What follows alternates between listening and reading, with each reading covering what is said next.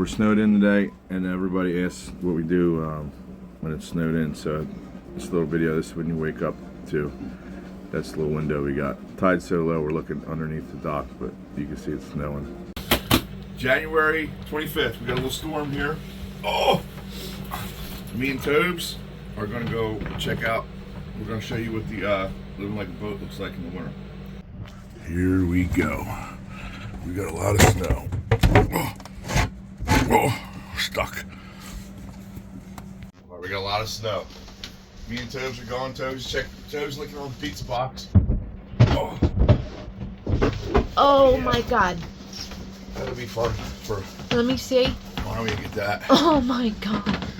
Why don't we get that? Tobes got the pizza box going. It just snowed in here. We're going to take a little walk. We'd much rather be south for the winter right now, somewhere warm, anchored out, living the dream. But before we can sail off for good, we've got to finish this refit. That means working a little longer to pay for the last big essentials. Things like the water maker, a few remaining systems that make long-term cruising possible. Once those are done, we're gone. In the meantime, the boat stays in the water all winter. Even when things are winterized, the engine, the generator, the raw water systems, freezing is still a high risk. Hoses themselves can usually survive freezing, but fittings, pumps, tanks, and through holes can crack. If that happens, best case you have a huge repair, worst case, you sink. So here's our layered approach. First, the engine and generator are fully winterized. All raw water circuits are filled with antifreeze, and the teacups are closed, isolating them from outside water. Next, we're going to show you the bubblers. Get 'em. Go get 'em, boy. Go get 'em. Go get him. So he pretends like he's a killer, but he only kills the blankets. So this is what we got going on here. This is the marina. This is Georgetown Marina. This is where we were staying.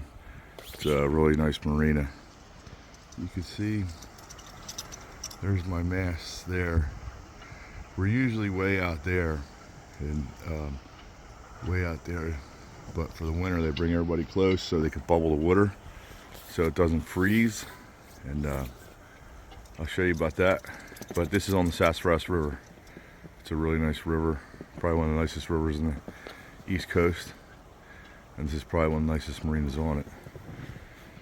And that's the coolest little dog.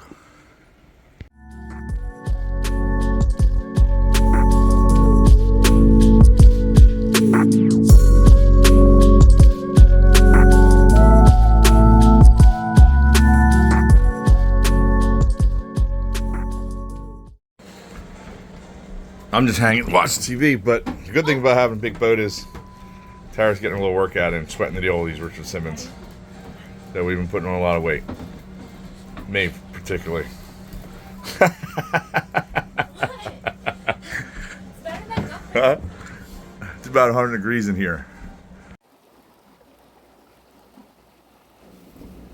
The marina runs what are called water bubblers. Water probably sounds funny to most. We say water, you say water. Tomato, it's a Philly thing. Go Sixers. Anyway, back to it. The water bubblers are basically electric propellers mounted underwater that pull up slightly warmer water from below and keep it constantly moving. That movement is the key.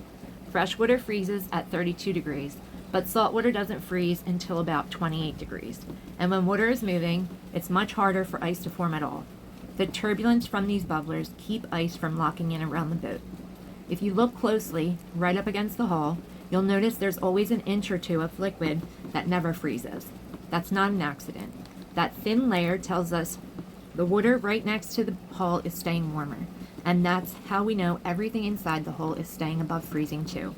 The marina itself might freeze solid everywhere else, sometimes right up to the boat, but this system protects the hull, the bilge, the tanks, and all the important. That's one part of our strategy. Next, we're going to show you what we do inside the boat to keep everything safe all winter. So it is obviously, it's still shitty out.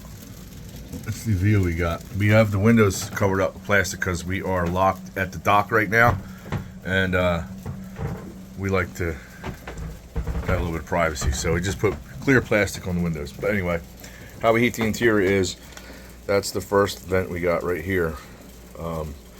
That's a Chinese diesel heater, and that thing puts out some heat. So you can see it's about 110, 115 degrees of air coming out of there, and that's pretty hot. That's coming from in here.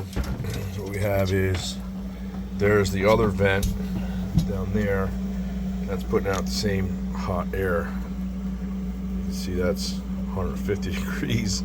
So them Chinese diesel heaters are super hot, and they really work.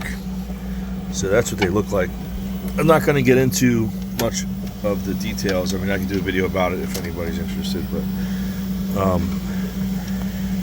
things are genius. They come on, they're from Amazon, 150 bucks. They're total junk, but I don't know, it's been running for about a month now. Exhaust to the outside there. There's a combustion air intake. There's diesel fuel.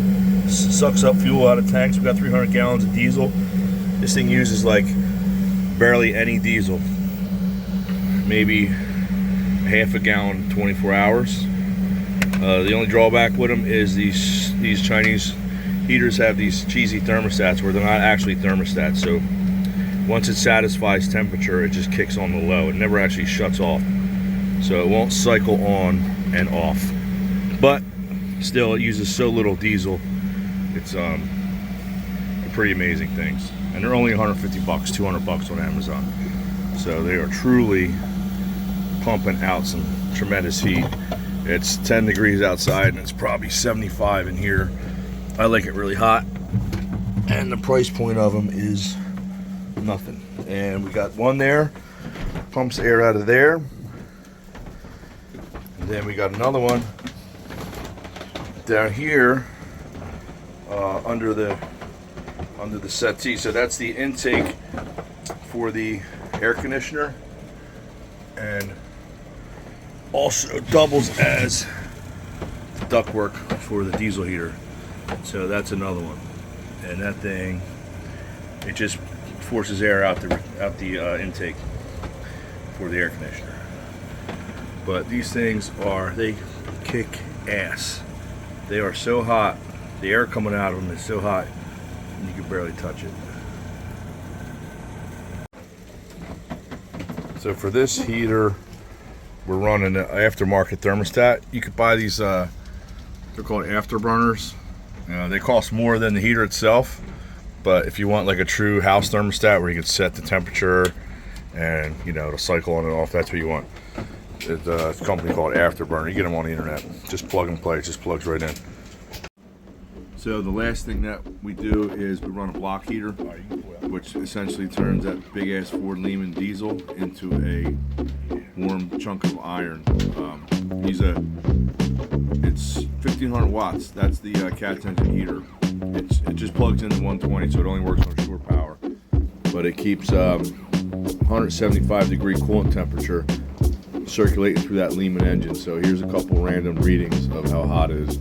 You gotta figure the water is probably about 28 degrees around the boat right now. So the engine's anywhere between 110 and 75 degrees. And that extra keeps the building warm. So you can see, shining on the hull right there, the hull's about 42 degrees on the inside, and the water outside is less than 32. I'm not sure what it is, but so that's how we keep the bilge area warm. Plus the ductwork for the Chinese heaters is uninsulated and it runs through there as well, so that sheds some heat down there. And the Cat's core, it circulates by convection, but I put a 12-volt circulator pump in there just to be sure it's actually circulating. So that's how we heat the boat. That's how we keep her safe. Knock on wood. And that's about it for the video. Thanks for watching.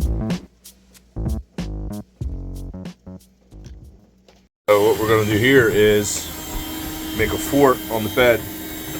So we got a queen size air mattress, and what we do is we put it on the bed and put it on the floor. It takes up the whole floor because we have 5 places to sleep already, and TV there, and we have another TV down there, and we also have a TV. Here's the bedroom.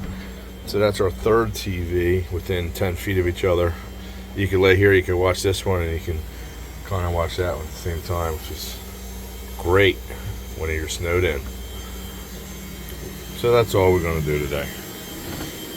So if you like the video, please subscribe and like it, and we're going to try to start making more videos, and hopefully next year we'll be out of here when we're making some real cool ones. Say bye, Tobes. What? My buddy.